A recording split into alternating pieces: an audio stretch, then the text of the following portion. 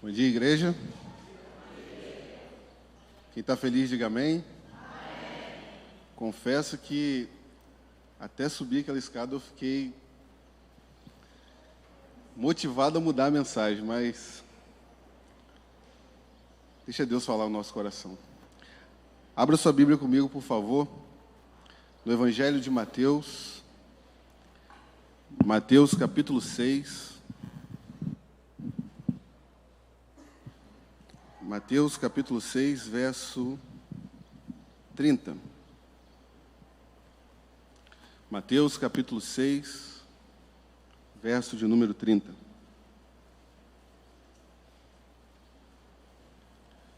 Quero conversar com os irmãos nessa manhã sobre o tema a preocupação, sua causa e sua cura.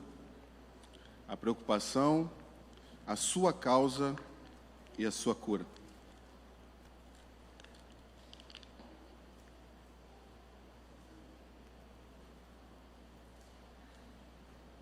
Mateus capítulo 6, verso 30, diz assim: Ora, se Deus veste assim a erva do campo, que hoje existe e amanhã é lançada no forno, não fará muito mais por vocês, homens de pequena fé? Agora o verso 34. Portanto, não se preocupem com o dia de amanhã, pois o amanhã trará os seus cuidados. Basta ao dia o seu próprio mal. Oremos mais uma vez. Santo Deus, te agradecemos por essa manhã, te agradecemos por tudo aquilo que o Senhor já falou aos nossos corações. Obrigado, Senhor, pelo privilégio de podermos, ó Pai, nos assentarmos, ó Pai, à mesa do Senhor. Sabemos que não somos merecedores, mas o Senhor, ó Pai, olhou com graça, Deus, para nós. Então, obrigado, Pai. E agora, quando passamos a exposição da Tua Palavra, Deus, com toda a liberdade, ó Deus, com todas as condições possíveis, te agradecemos também. E te pedimos, ó Deus, um espírito de iluminação nesse lugar, ó Pai. Fala aos nossos corações nessa manhã. Em nome de Jesus que oramos. Amém. Meus irmãos, todos nós sabemos que o Sermão do Monte foi o sermão mais importante que o nosso Jesus pregou. E graças a Deus nós tivemos a oportunidade de juntos podermos estudá-lo na EBD. E se pudéssemos destacar o que é o Sermão do Monte, todos nós vimos que o Sermão do Monte nada mais é do que a descrição do verdadeiro cristão. Aquilo que o cristão é, aquilo que o cristão faz e aquilo que o cristão precisa fazer. E se pudéssemos fazer um panorama de todo esse sermão, a partir do capítulo 5, se você puder voltar à sua Bíblia, Jesus vai começar a descrever o caráter desse verdadeiro cristão. E ao fazer isso, Jesus vai mostrar para nós que esse cristão, ele é pobre de espírito, ele é manso, ele é humilde, ele tem fome e sede de justiça. E não somente isso, ele também é um pacificador. Depois de descrever o caráter desse cristão, Jesus vai mostrar que, se de fato você tem esse caráter, é inevitável que perseguições te acometam, que perseguições venham sobre a sua e a minha vida. Mas, em meio às perseguições, em meio às dificuldades, cabe a mim e a você ser sal e ser luz do mundo. E ao terminar esse bloco, Jesus começa a fazer uma reinterpretação da lei, a mostrar não o lado da letra, mas o lado espiritual da lei de Deus. E a partir do verso 17, ele vai começar a dizer para nós o que de fato a lei de Deus diz. E para fazer isso, ele vai contrapor aquilo que os escribas e os fariseus estavam ensinando. E ele vai dizer: ouviste que foi dito aos antigos, eu, porém, vos digo. Ele vai ensinar a nós sobre o adultério, ele vai ensinar a nós sobre a cobiça, ele vai ensinar a nós da forma correta de se relacionar com a lei de Deus. E ao chegarmos no capítulo 6, ele vai mostrar como deve ser a nossa piedade, como devem ser as nossas devoções diante de Deus, como a gente deve orar, como a gente deve dar as nossas esmolas, como nós devemos cultuar a Deus. E ao chegarmos à sessão que nós acabamos de ler, o verso 30 e o verso 34, Jesus vai mostrar para nós que nós, como verdadeiros cristãos, como verdadeiras pessoas que são cidadão ou cidadãos do reino de Deus, precisamos nos relacionar com Deus. Como nós devemos nos relacionar com o nosso Deus. E ele vai mostrar para mim e para você, nesse bloco, de que nós, diante das circunstâncias da vida, diante das dificuldades da vida, nós precisamos ter fé e confiar no Senhor. Mas eu pergunto para você nessa manhã, por quê? Esse assunto é de vital importância para nós. Por que esse assunto é tão urgente para os nossos dias de hoje? Esse assunto é importante porque nesse bloco Jesus vai mostrar para nós que existe um inimigo que é meu, um inimigo que também é seu, que vai dificultar esse nosso relacionamento com Deus. E esse inimigo não é outro que não a incredulidade.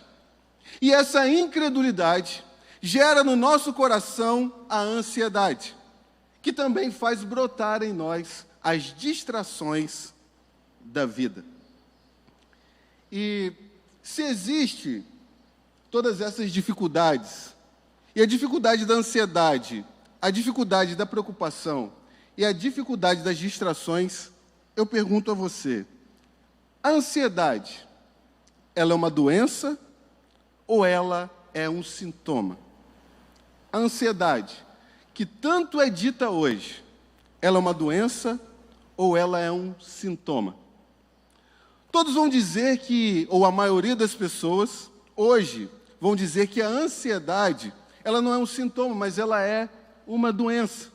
E quantas pessoas hoje estão tratando, não daquilo que gera a ansiedade, mas da ansiedade em si? Se você for ao médico com algum problema, a primeira coisa que ele vai identificar é que, de certa forma, você está com um distúrbio de ansiedade. E você começa a se medicar, começa a tomar remédio, mas você não vai à causa do problema e não faz a pergunta essencial: o que tem causado a ansiedade no meu coração? Qual o gatilho que tem disparado a ansiedade em mim? E você nunca trata, de fato, do problema que está gerando a ansiedade no seu coração. Então, nessa manhã, eu quero defender a tese de que a ansiedade não é uma doença, mas ela é um sintoma de algo que está acontecendo dentro de nós. E existem vários gatilhos que disparam a ansiedade. E nesse texto, Jesus está dizendo para nós que as preocupações da vida disparam esse sentimento de ansiedade no nosso coração, levando-nos a um problema maior, que é a distração e atrapalhar o nosso relacionamento com Deus. Então, no primeiro lugar, o primeiro ponto da nossa reflexão nessa manhã é o seguinte: a ansiedade, infelizmente, não é um mito, mas uma realidade na vida do cristão. Se você olhar o verso 25, o verso 31 e o verso 34, Jesus vai repetir a mesma palavra: não se preocupe, não se preocupe. Se ele está dizendo para nós que nós não precisamos nos preocupar, é que de fato a gente tem se preocupado. É que de fato a gente tem vivido preocupado com as circunstâncias da vida, com as condições que esse mundo tem nos oferecido. E a Organização Mundial da Saúde, ela vai dizer para nós que hoje 50% das pessoas que passam pelos hospitais são vítimas de ansiedade, passam por esse problema da ansiedade. Mas o que de fato pode disparar a ansiedade em nós? Que coisas, que circunstâncias estão gerando ansiedade no nosso coração? A primeira coisa que eu cito para os irmãos é que os nossos relacionamentos quebrados têm gerado ansiedade no nosso coração. Sabemos que somos pessoas difíceis, machucamos pessoas e as pessoas nos machucam. E quantas pessoas hoje estão com mágoa no coração? Quantas pessoas não conseguem exercer o perdão, liberar o perdão? E isso tem gerado ansiedade e atrapalhado os nossos relacionamentos, porque nós temos relacionamentos quebrados. Mas não só os nossos relacionamentos quebrados, mas também a nossa incerteza quanto ao futuro tem gerado ansiedade no nosso coração. O verso 25, Jesus vai dizer assim para nós: por isso, digo a vocês, não se preocupem com a sua vida, quanto o que irão comer ou beber, nem quanto ao corpo, quanto ao que irão vestir. Não é a vida mais do que alimento, e não é o corpo mais do que as roupas? Então, a preocupação com o futuro, aquilo que vai acontecer. Será que amanhã eu vou ter o pão na minha casa? Será que amanhã eu vou ter a comida na minha mesa? Será que amanhã eu ainda vou ter o meu emprego diante de um país com tanto desemprego, onde cada dia alguém perde o seu emprego? Será que a minha vida vai continuar andando de forma correta? Então, essa preocupação com o amanhã tem gerado ansiedade no coração de muitas pessoas. Tem gerado essa dificuldade em nós. Não só isso, não só a preocupação com o amanhã, mas uma busca cega pelos prazeres, ou melhor dizendo, pelos bens desse mundo, também tem causado ansiedade em nós. Verso 19 desse bloco, Jesus vai dizer assim: não acumulem tesouros sobre a terra, onde a traça e a ferrugem corrói, e onde os ladrões escavam e roubam. Quantos de nós, correndo de um lado para o outro, buscando de forma incessante encher os nossos celeiros, ter uma vida de certa forma boa, ou quem sabe até exagerar, passando daquilo que é essencial para ter demais, tem causado ansiedade no nosso coração. Tem causado essa dificuldade, essa busca frenética por ter, por adquirir, tem gerado ansiedade no coração de muitas pessoas. E por último, uma das causas, uma das coisas que tem gerado ansiedade no nosso coração é o medo do futuro. Pessoas que, de certa forma, e trazendo para o nosso contexto, não encaram um ministério, não encaram um relacionamento, porque tem medo daquilo que vai acontecer. Me lembro de Timóteo, quando o apóstolo Paulo estava passando o bastão para Timóteo, e Timóteo vendo todas as dificuldades que a igreja estava enfrentando, tudo aquilo que iria acontecer com a igreja sendo perseguida, muitos cristãos sendo mortos, Timóteo recuava. Timóteo tinha medo. E Paulo dizia para ele: Timóteo, não se envergonhe de mim e também do Evangelho. Assuma aquilo que você precisa assumir. E quantos de nós hoje, com medo do futuro, com medo daquilo que pode acontecer conosco, tem tido ansiedade nos nossos corações? Mas, se todas essas coisas têm disparado a ansiedade em nós, quais são os resultados quando estamos ansiosos? Que coisas acontecem na nossa vida quando nós vivemos ansiosos? Quais são esses resultados? O primeiro resultado que eu cito para os irmãos é que, quando eu estou ansioso, esse sentimento produz um estrangulamento. Não sei você, mas quando eu estou ansioso, você fica ansioso? Porque quando eu estou ansioso, vem aquele aperto no peito, aquele estrangulamento da sua garganta. E a raiz da palavra ansiedade, ela vai dizer isso mesmo. É como se alguém estivesse te sufocando. Então, quando esses gatilhos que disparam a ansiedade em nós chegam, ou são disparados, nós nos sentimos estrangulados por essa pressão. E não somente nos sentimos estrangulados, mas também a ansiedade, quando ela é disparada, ela rouba as nossas forças. Você fica parado. você fica imóvel, você não consegue tomar nenhum tipo de atitude, você não consegue refletir direito, você não consegue associar aquilo que de fato você precisa fazer, porque a ansiedade é como um parasita que vai sugando as suas energias. Mas também, quando nós estamos ansiosos e a ansiedade é disparada em nós, nós tomamos atitudes precipitadas. Abra sua Bíblia comigo, por favor. Mantenha aí Mateus, marca aí. Mas vamos lá em 1 Samuel. 1 Samuel, capítulo 13.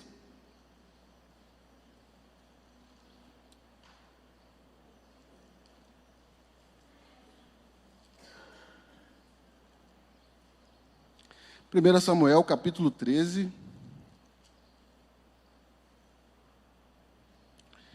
A partir do verso 11. Quando nós, de fato, estamos ansiosos, nós tomamos atitudes precipitadas. Todos sabem que Saul, ele foi o primeiro rei de Israel. Um homem que, de certa forma, começou o seu reinado bem, vencendo algumas batalhas, tomando algumas atitudes até honrosas diante da nação. Mas ele, no capítulo 10, fez um voto com Samuel. E Samuel disse para ele, olha, preste atenção, você vai para determinado lugar e antes de começar a batalha, antes de tomar qualquer atitude, você precisa me aguardar.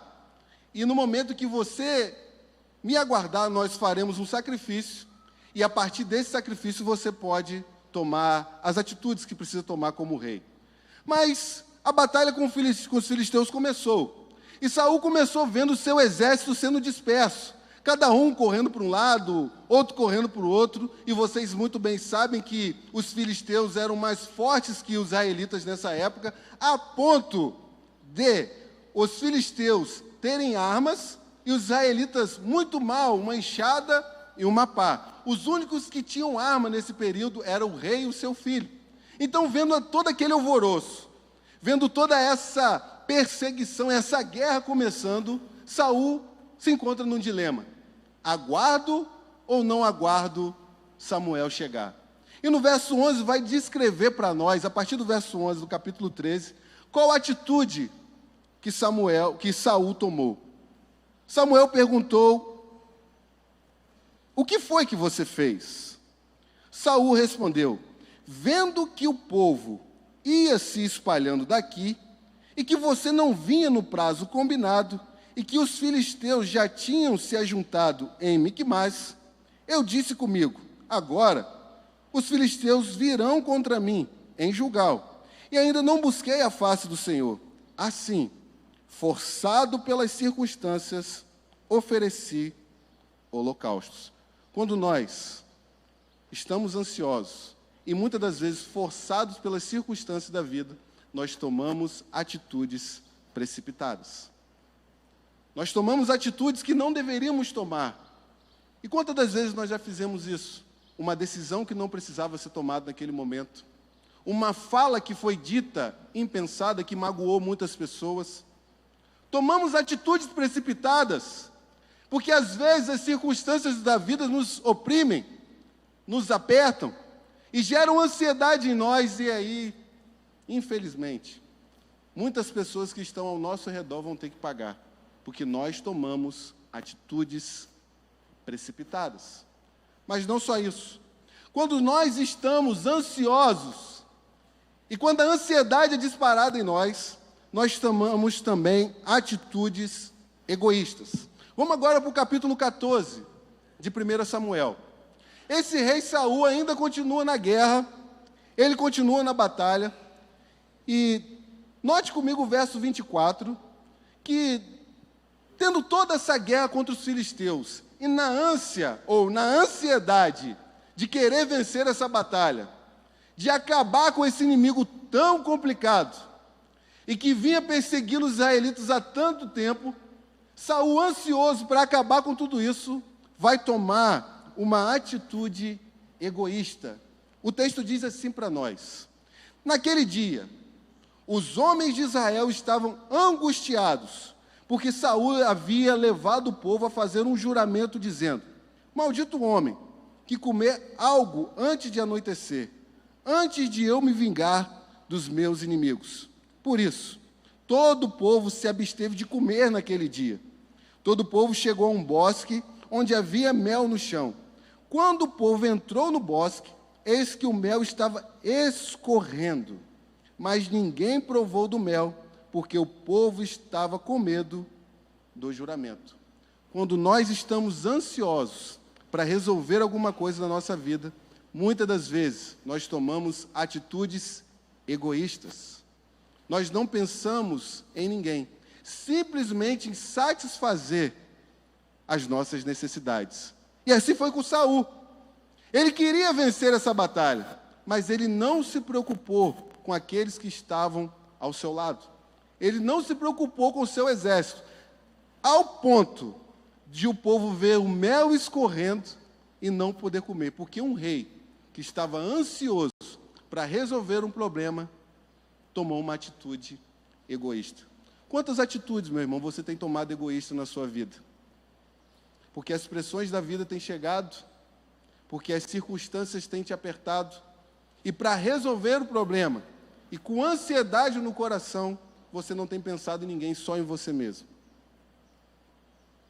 Isso é muito difícil da gente encarar, mas, de fato, a ansiedade tem nos levado a tomar atitudes egoístas.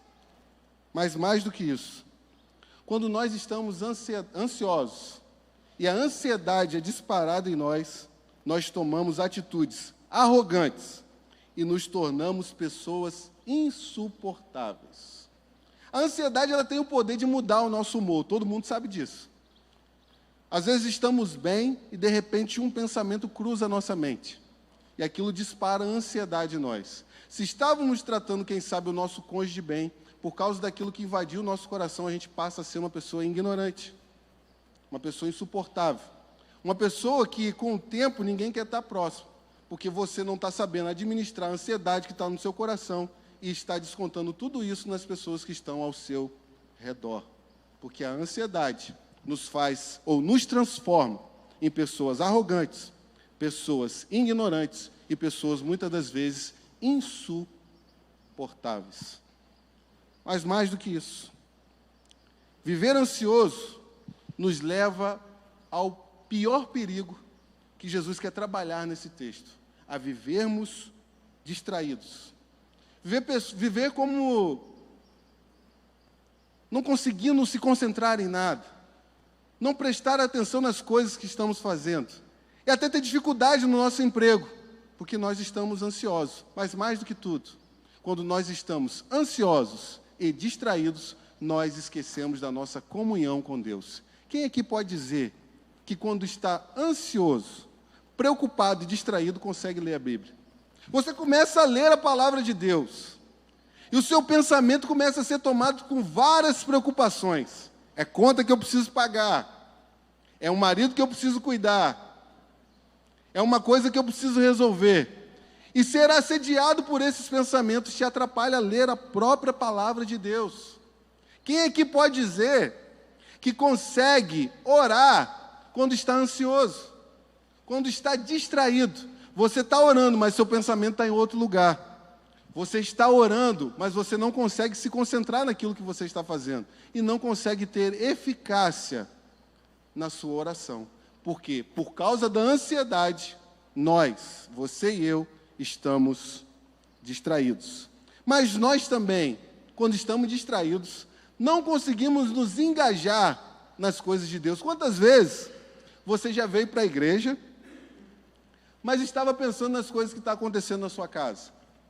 Quantas vezes você estava aqui no culto, precisando se concentrar no culto ao Senhor, mas por causa da ansiedade, por causa da distração que foi gerada em você, você não consegue cultuar a Deus de forma correta? Quantas vezes você está exercendo o seu ministério aqui na igreja e não consegue se concentrar, porque você está ansioso e você também está distraído?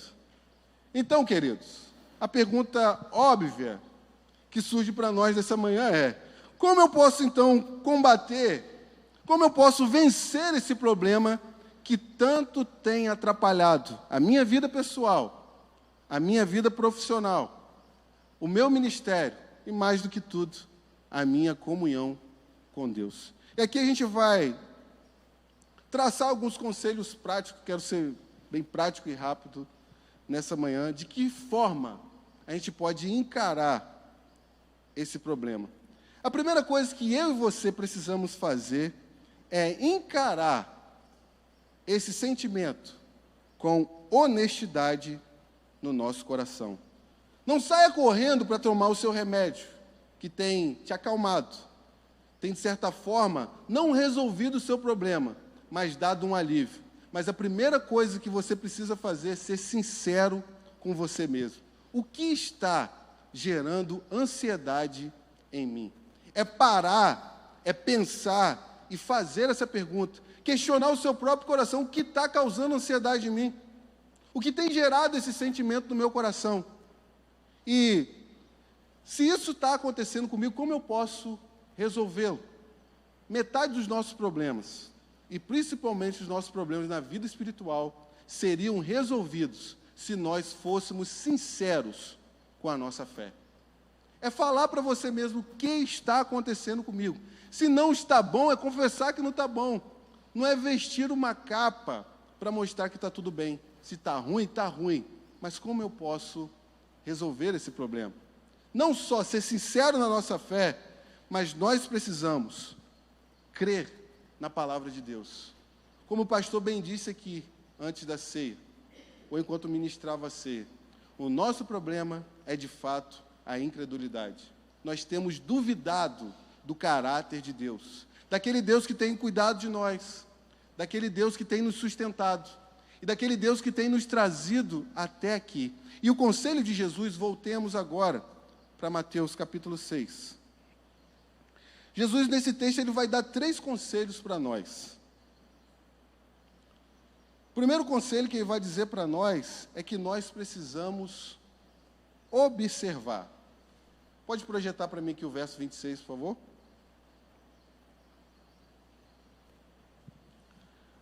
Vamos ler juntos? Observem.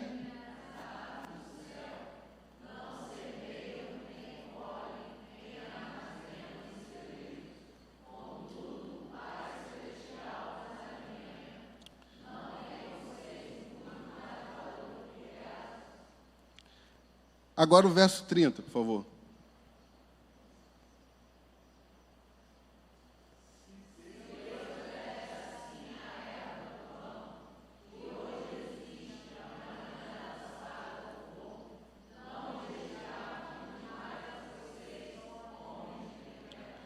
Então, se o primeiro conselho de Jesus para nós é que nós, de fato, precisamos ser sinceros com nós mesmos e encarar o nosso problema de frente, o segundo conselho que Jesus dá para nós é: nós precisamos confiar no caráter de Deus.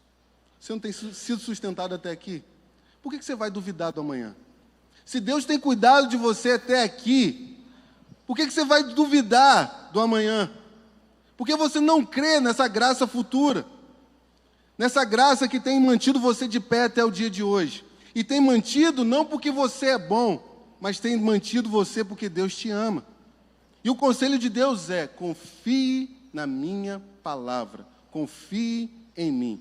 Olhe, observe as aves do campo, observe as aves do céu, observe os lírios do campo. Se eu tenho cuidado deles, não iria cuidar de vocês? E ainda traz um acréscimo: homens de o quê? Pequena fé. Aí está a raiz do nosso problema, a nossa falta de fé. O terceiro conselho, para que a gente possa encarar a ansiedade: primeiro, encarar o problema com sinceridade. Por que eu estou ansioso? Segundo, confiar no caráter de Deus. Terceiro, cuide das coisas de Deus, que Deus cuidará das suas coisas. Um verso muito conhecido de nós, que é o verso 33, que vai dizer: mas busquem em primeiro lugar o reino de Deus e a sua justiça, e todas essas coisas lhes serão acrescentadas. Cuide das coisas de Deus, que Deus cuidará das suas coisas. O quarto conselho, e para mim é o mais prático de todos. Abra sua Bíblia, por favor, em Salmos 42. Salmo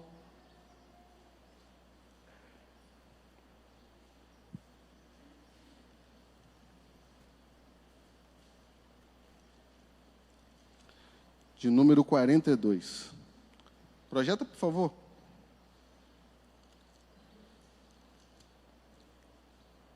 Verso 5.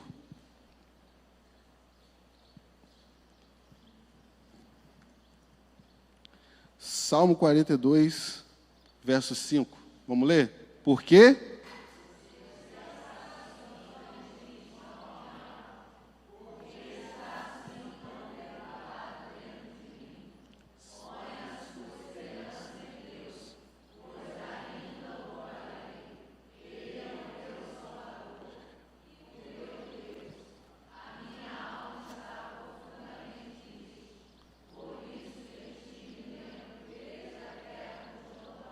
Até aí. Até aí, por favor. Volta lá no verso 5. Ele vai dizer, por que está assim tão triste, ó minha alma? Pergunta para nós nessa manhã. Com que Davi está falando?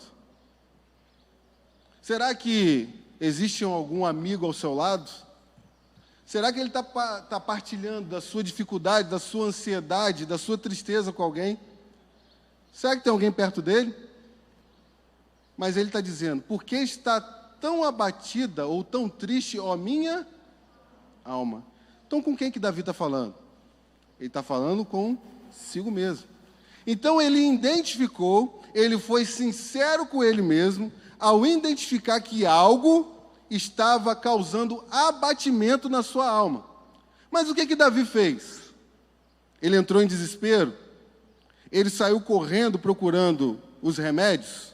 Mas o que Davi fez? Ele olhou para a palavra de Deus. E não só olhou para a palavra de Deus, mas pregou para ele mesmo, porque ele vai dizer, por que você está assim, tão triste, ó minha alma? Por que está assim, tão perturbada dentro de mim? Ponha a sua esperança em Deus, pois ainda o louvarei. Ele é o meu Salvador e Deus meu. Então, se nós quisermos vencer a ansiedade, o último conselho que a gente precisa ter é aprender a pregar para nós mesmos. Existe N promessas de Deus para nós na sua palavra. A nossa fé tem que parar de ser simplesmente teórica, mas nós precisamos nos apropriar da palavra de Deus. E o apropriar da palavra de Deus é colocar essa palavra no nosso coração. É você pregar para você mesmo. É quando esse pensamento cruzar a sua mente, e o amanhã? Você aprender a usar a palavra de Deus e responder a esse pensamento. É quem sabe você está em casa e vir um pensamento de coisas que você fez lá no passado. E você lembrar ou fazer, como o apóstolo Paulo disse, prossigo, esquecendo-me das coisas que para trás fico. Eu prossigo para o alvo. Se nós não nos apropriarmos da palavra de Deus, se você e eu não aprendemos a pregar para nós mesmos, nunca a gente vai conseguir vencer a ansiedade. Então, recapitulando, os 4 conselhos para que eu e você possa vencer o problema da ansiedade, que tem gerado distrações e nos atrapalhado a nossa comunhão com Deus, seja honesto com você mesmo. Identifique o problema. Por que isso está acontecendo comigo? Por que eu estou ansioso? Encare o problema. A segunda coisa, confie no caráter de Deus. Observe como Deus tem cuidado da sua vida até agora. Terceiro, cuide das coisas de Deus, porque Deus cuidará das suas coisas. E o último conselho, aprenda a pregar para você mesmo, porque aqui nós estamos em comunhão, mas uma hora você vai estar sozinho no seu quarto. E quem vai pregar para você? Se não você mesmo. Então, use as promessas de Deus e pregue para você mesmo. Que Deus te abençoe e que Deus nos ajude a vencer esse inimigo que tem atrapalhado a nossa vida íntima a nossa vida profissional e também o nosso relacionamento com Deus. Vamos orar?